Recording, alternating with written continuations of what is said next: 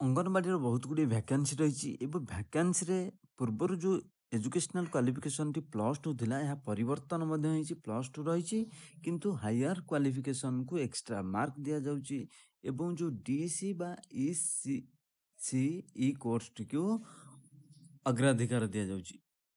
ତେଣୁକରି ଆର ବର୍ଷକୁ ବା ଯେତେବେଳେ NEP 2020 2025 ଏପ୍ରିଲରେ ଲାଗୁ ହେବ ବା ତାର କାର୍ଯ୍ୟକାରୀ ହେଇଯିବ ସେଇ ଦିନଠାରୁ ଅଙ୍ଗନବାଡ଼ି କର୍ମୀଙ୍କର ଏଜୁକେସନାଲ୍ କ୍ୱାଲିଫିକେସନ୍ ମଧ୍ୟ ବା ନିଯୁକ୍ତିରେ ଅଙ୍ଗନବାଡ଼ି ନିଯୁକ୍ତିରେ ଏଜୁକେସନାଲ୍ କ୍ୱାଲିଫିକେସନ୍ ବଦଳି ପାରେ। ପ୍ରଥମେ ଦେଖିବା କୋଉଠି ଭ୍ୟାକାନ୍ସି ଅଛି ଏବଂ କ'ଣ ପରିବର୍ତ୍ତନ ହେଇଛି ଅଙ୍ଗନବାଡ଼ି ଆଡ଼ଭାର୍ଟାଇଜମେଣ୍ଟରେ। ଆପଣ ଯେକୌଣସି ସର୍ଚ୍ଚ ବ୍ରାଉଜରରେ ଅଙ୍ଗନବାଡ଼ି ରିକ୍ରୁଟମେଣ୍ଟ ସର୍ଚ୍ଚ କରିବେ, ଦେଖନ୍ତୁ ଏଠି ଗୋଟେ ରହିଛି Odisha government of Odisha engagement AWC odisha.gov.in এবং এটি রয়েছে অঙ্গনবাড়ি এনগেজমেন্ট পোর্টাল। এই লিঙ্করে ଆପଣ ক্লিକ୍ କରିବେ। କ୍ଲିକ୍ କରିବା ପରେ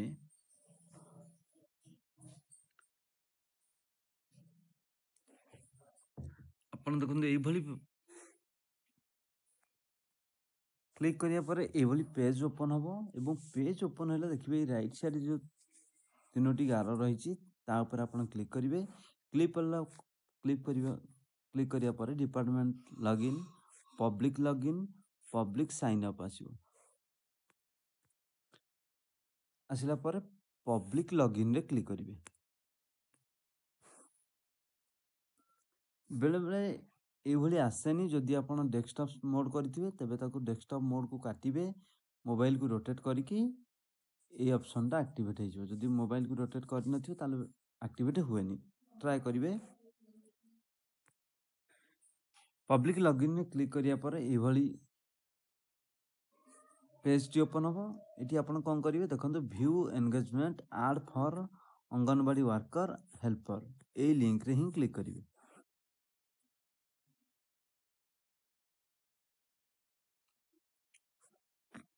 କ୍ଲିକ୍ କରିବା ପରେ ଆପଣଙ୍କର ଏଠି ଡିଷ୍ଟ୍ରିକ୍ଟ ଆସିବ। ଏଠି ଅଙ୍ଗନବାଡ଼ି ସେଣ୍ଟର ନେମ୍ ଦେଲେ ଆପଣ ନିଜ ଅଙ୍ଗନବାଡ଼ି ସେଣ୍ଟରଟାକୁ ନେମ୍ଟାକୁ ଦେଇକି ସର୍ଚ୍ଚ କରିପାରିବେ କିମ୍ବା ଆପଣ ଡିଷ୍ଟ୍ରିକ୍ଟ ସିଲେକ୍ଟ କଲେ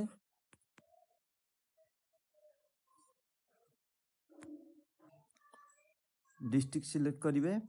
प्रथम अनुगुल टोटाल जो डिस्ट्रिक्ट आप सिलेक्ट करेंगे। एठी जो सिलेक्ट आसो अंगनवाड़ी वर्कर जो AWW को सिलेक्ट करेंगे, जदि अंगनवाड़ी हेल्पर है AWH को सिलेक्ट करेंगे। अंगनवाड़ी वर्कर अबिका आम सिलेक्ट कले तापर सर्च रे क्लिक करिबा।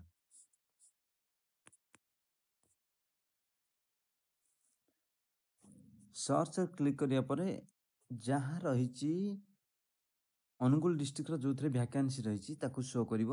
आपण प्रथम कौन देखिए ना देखो ये सीरियल नंबर देती, अंगनवाड़ी सेंटर नेम देती, डिस्ट्रिक्ट नेम देती, रूराल कि अर्बान देती, कौ एरिया रे से अंगनवाड़ी रही, केतेटा भैकेंट पोस्ट रही, केबेठु एप्लिकेशन आरंभ होउची एवं केबे एप्लिकेशन शेष होउची एवं एठी गोटे रही अप्लाई।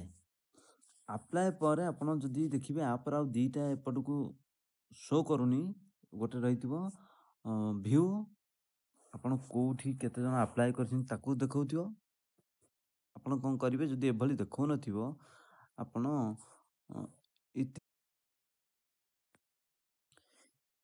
एभली देखिबा पर आपण डिस्ट्रिक्ट को आपण निज डिस्ट्रिक्ट को बदलाई परिवे।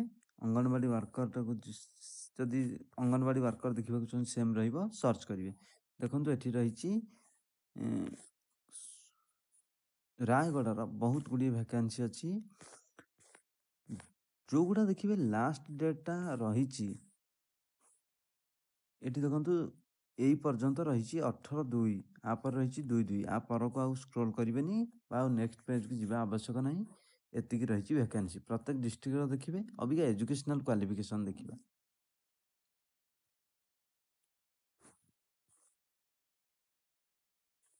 देखिए यहाँ गोटे अंगनवाड़ी केन्द्र एडवर्टाइजमेंट आम देखुचे। आवेदन करने निमंते योग्यता कौन रहिबो? अंगनवाड़ी कर्मी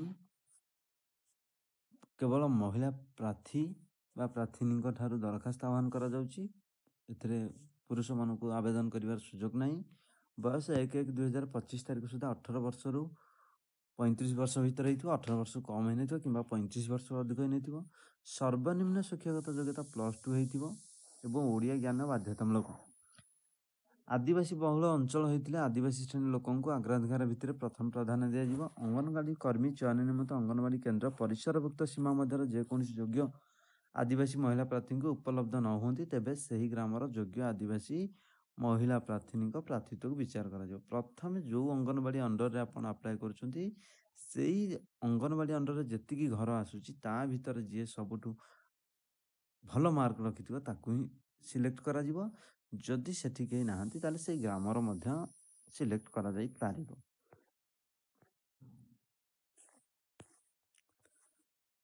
ଆବଶ୍ୟକ ଦେଖନ୍ତୁ ପ୍ରମାଣପତ୍ର କ'ଣ ନା ସମସ୍ତ ମାର୍କସିଟ୍ ଏବଂ ସାର୍ଟିଫିକେଟ୍ ଆଗ ପଛ, ଜନ୍ମ ତାରିଖ ପ୍ରମାଣପତ୍ର, ସ୍ଥାୟୀ ବାସିନ୍ଦା ପ୍ରମାଣପତ୍ର ଯେଉଁଟାକି ରେସିଡେଣ୍ଟ ସାର୍ଟିଫିକେଟ୍ ଗୋଟେ ବର୍ଷ ଭିତରେ ହେଇଥିବା ଦରକାର ଏବଂ ଜାତିଗତ ପ୍ରମାଣପତ୍ର ସିଏ ମଧ୍ୟ ଗୋଟିଏ ବର୍ଷ ଭିତରେ ହେଇଥିବା ଆବଶ୍ୟକ।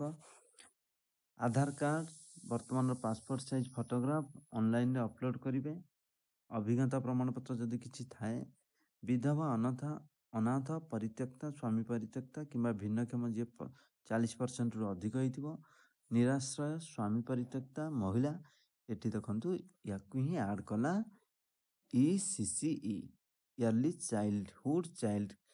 ଚାଇଲ୍ଡହୁଡ୍ କେୟାର ଏଜୁକେସନ୍, ଯେଉଁଟାକୁ ଆମେ ଇଗ୍ନୋର ବର୍ତ୍ତମାନ ଆଉ ଆଭେଲେବଲ୍ ନାହିଁ DEC କୋର୍ସ। ଏଇ କୋର୍ସଟି ଯେଉଁମାନେ କରିଥିବେ ତାଙ୍କୁ ମଧ୍ୟ ଏଥର ବହୁତ ଫାସିଲିଟି ମିଳୁଛି ବା ସୁବିଧା ମିଳୁଛି। ଦେଖନ୍ତୁ ଯିଏ ଦ୍ୱାଦଶ ପାସ୍ କରିଥିବେ ଶତକଡ଼ା ହିସାବରେ ତାଙ୍କୁ ନମ୍ବର ଦିଆଯିବ, ଯେତିକି ପରସେଣ୍ଟ ସେ ରଖିଛନ୍ତି ସେ ତାଙ୍କ ପରସେଣ୍ଟେଜ ତାଙ୍କର ପାଇଲେ। ତା ସହିତ ଅନୁସୂଚିତ ଜାତି ଜନଜାତି ହେଇଥିଲେ 10% ମିଳିବ, ବିଧବା ହେଇଥିଲେ 10% ମିଳିବ, ଅନାଥ ଝିଅ ହେଇଥିଲେ ମଧ୍ୟ 10% ମିଳିବ, ଶାରୀରିକ ଭିନ୍ନକ୍ଷମ ହେଇଥିଲେ 5% ମିଳିବ, ନିରାଶ୍ରୟ, ଛାଡ଼ପତ୍ର, ପରିତ୍ୟକ୍ତ ସ୍ୱାମୀ ଯଦି ସ୍ୱାମୀ ପରିତ୍ୟକ୍ତ ହେଇଥିବେ 5 ମାର୍କ